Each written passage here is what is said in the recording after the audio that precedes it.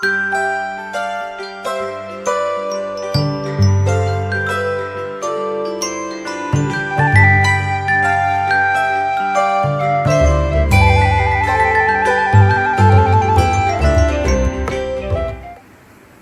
pagi sahabat GPIB. Berjumpa kembali dengan saya, Pendeta Monica Febiola Lolowang Mole. Mari sebelum kita beraktivitas di sepanjang hari ini, saya mengajak sahabat GPIB untuk mendengarkan dan merenungkan sabda Tuhan. Adapun firman Tuhan yang harus kita persiapkan pada pagi hari ini terambil dari Kisah Para Rasul pasal 3 ayat 1 sampai dengan ayatnya yang keempat. Jika sudah dipersiapkan Alkitabnya, biarkan Alkitab itu tetap terbuka. Mari kita mohon bimbingan Roh Kudus dari Tuhan, supaya kita mengerti dan memahami kehendak Tuhan, dan kita melakukannya dengan sungguh-sungguh di dalam kehidupan nyata. Kita berdoa. Pagi hari ini Tuhan, kami sudah siap untuk beraktivitas. Kami mau mendengarkan terlebih dahulu sabda. Berkati hati dan pikiran kami untuk mengerti dan memahami. Dan dalam kuasa-Mu, kami menjadi pelaku-pelaku firman dalam kehidupan nyata.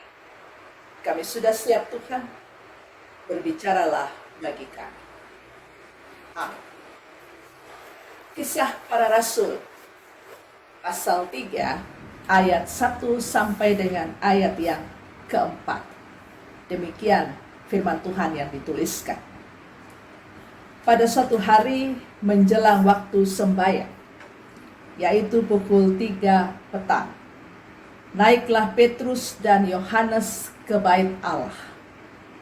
Di situ ada seorang laki-laki yang lumpuh sejak lahirnya, sehingga ia harus diusung.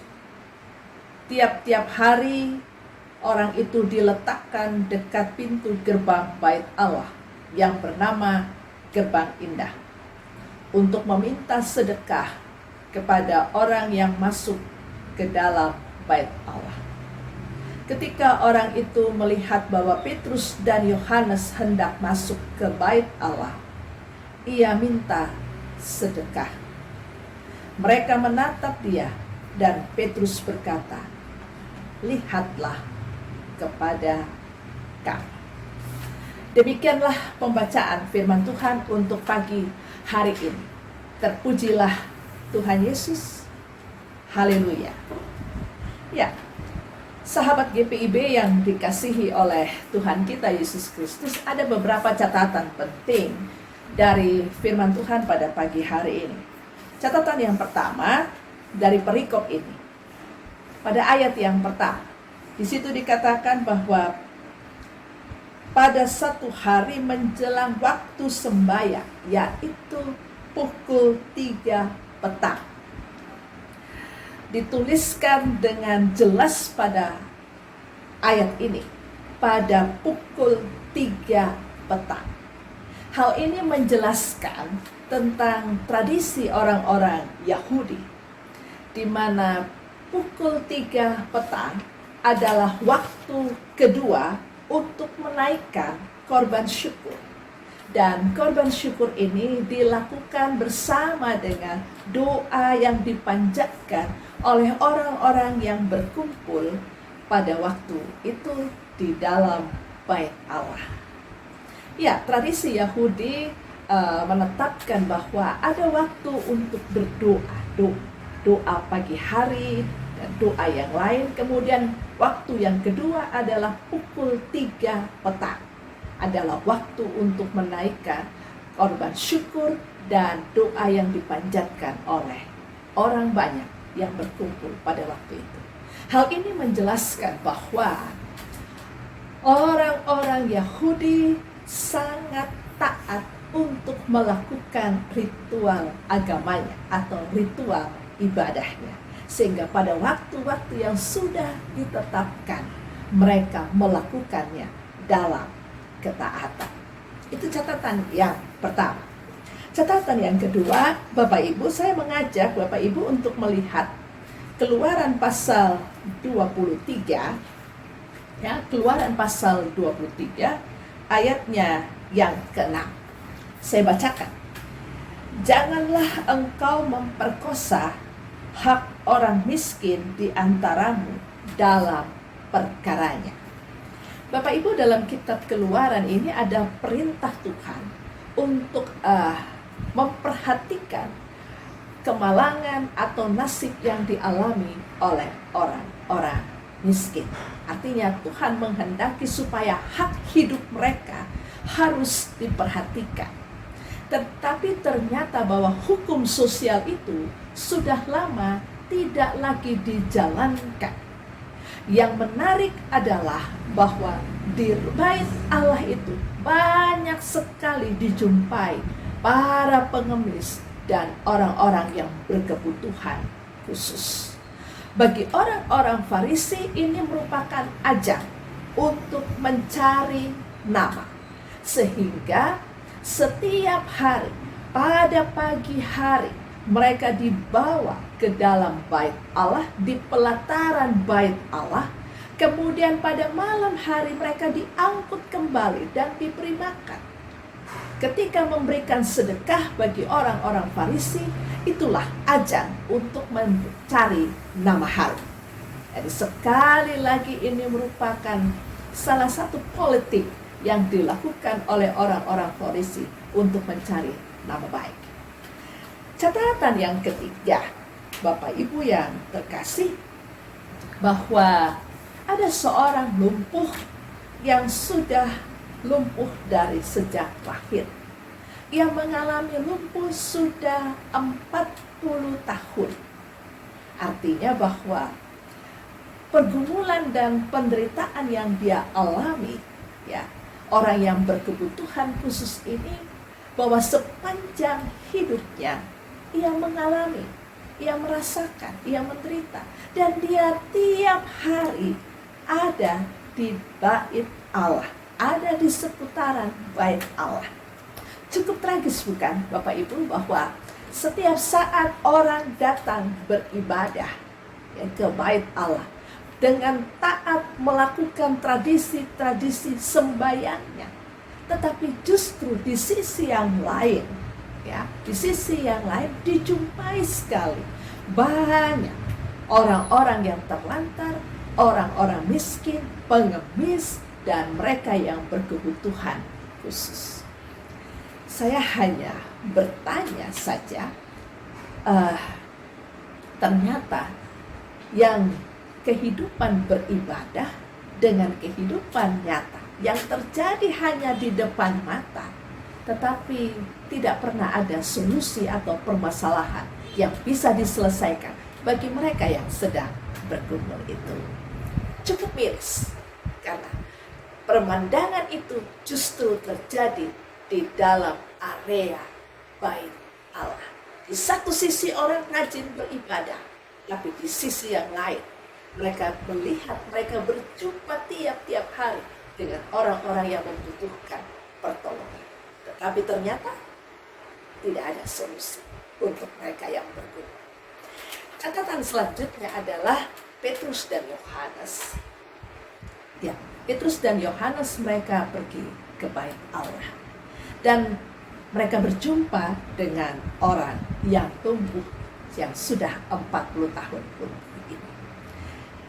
Petrus sengaja mengarahkan supaya orang ini pada akhirnya menghadap dia. Dan Bapak Ibu yang terkasih, sahabat GBIB, kita sudah tahu bukan cerita akhirnya, bahwa kalau ini menjadi satu cerita ini adalah cerita yang diakhiri dengan sukacita, karena apa yang diharapkan dan apa yang diinginkan oleh orang ini selama 40 tahun, justru akhirnya dia menemukan jawaban.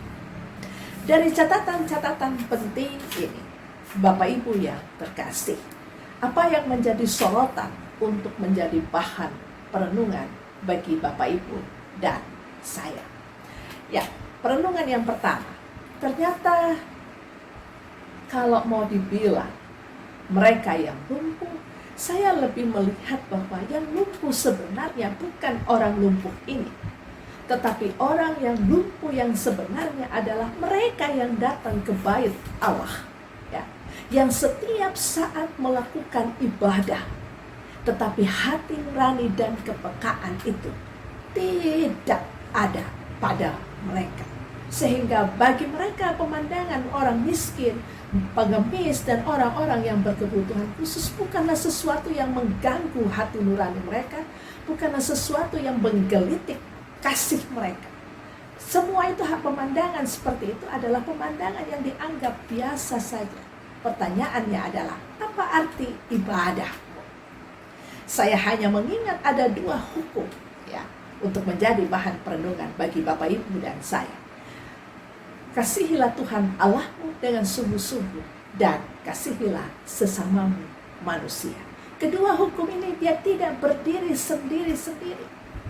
Kedua hukum ini saling berhubungan, saling terkait. Jika Bapak Ibu dan saya mengasihi Tuhan, berarti kita juga harus mengasihi sesama. Mengasihi Tuhan adalah kasih itu harus nyata dan dirasakan bagi mereka yang membutuhkan pertolongan. Jadi sebenarnya yang lumpuh itu bukan pada orang lumpuh itu, tetapi mereka yang beribadah. Tetapi sebenarnya hati nurani mereka lumpuh, sehingga tidak pernah menyelesaikan persoalan yang ada. Di sekitar kita banyak sekali orang-orang yang kita jumpai yang senantiasa berharap ada pertolongan kita. Oleh karena itu, Bapak Ibu yang terkasih, kehadiran kita adalah menjadi berkat. Baik dalam panggilan kita secara pribadi maupun dalam panggilan kita secara persekutuan, gereja. Jangan lupa bahwa orang-orang miskin itu ada di seputaran kehidupan kita, ada di sekitar kita. Bagaimana dan apa yang akan kita buat dalam kehidupan mereka? Apa yang bisa kita berikan sebagai solusi dalam kehidupan? Mengasihi Tuhan berarti mengasihi sesama. Renungan yang kedua, catatan yang kedua dari renungan pada pagi hari ini, yaitu Petrus dan Yohanes jelas mengatakan bahwa mereka tidak punya apa-apa, tidak punya emas, tidak punya perak, tetapi yang mereka miliki adalah nama besar itu, Yesus. Apa yang diharapkan oleh orang lumpuh itu? Dia berharap ya supaya bisa diberikan sedekah, tetapi ketika nama itu diberikan, dia mendapat jawaban lebih dari yang dia harapkan. Bukan hanya sedekah, tetapi nama itu justru menyembuhkannya dan membuat dia dapat berjalan kembali. Bukankah Tuhan yang kita imani terkadang memberikan lebih dari yang kita harapkan? Ya, kalau Tuhan saja bisa memberikan lebih dari yang kita harapkan, bisakah Bapak Ibu dan saya yang senantiasa diberi berkat oleh Tuhan, berkat itu kita bagi untuk mereka yang membutuhkan pertolongan? Ibadah yang sejati bukan hanya di dalam ruang-ruang tertentu, pada jam-jam tertentu, tetapi ibadah yang sejati adalah bagaimana iman diejawantahkan dalam realitas sosial, dalam masalah yang dihadapi di sekitaran kita, dan kita dipanggil untuk menjadi berkat. Inilah firman Tuhan pada pagi hari ini. Amin. Saya mengajak Bapak Ibu, sahabat GPIB, mari kita berdoa. Terima kasih Tuhan Yesus. Firman ini mencerahkan kami, dan firman ini mengajarkan kami untuk senantiasa melakukan yang terbaik bagi sesama. Berkatilah kami bahwa lumpuh bukan saja bagi mereka yang tidak bisa berjalan, tetapi ketika beribadah, berseru kepada Tuhan, tetapi tidak diselaraskan dengan tindakan, pada akhirnya itu juga menjadi kategori orang. Ampuni kami Bapa, jika kehidupan iman kami hanya sebatas pada mendengarkan, tetapi kami tidak pernah menjadi pelaku-pelaku firman yang taat dan setia. Kami mau diutus untuk menjadi berkat dimanapun kami dihadirkan. Berkatilah kami. Terima kasih Tuhan Yesus. Inilah doa kami. Terpujilah nama dari kekal sampai kekal. Amin. Selamat pagi, selamat beraktivitas. Tuhan Yesus memberkati.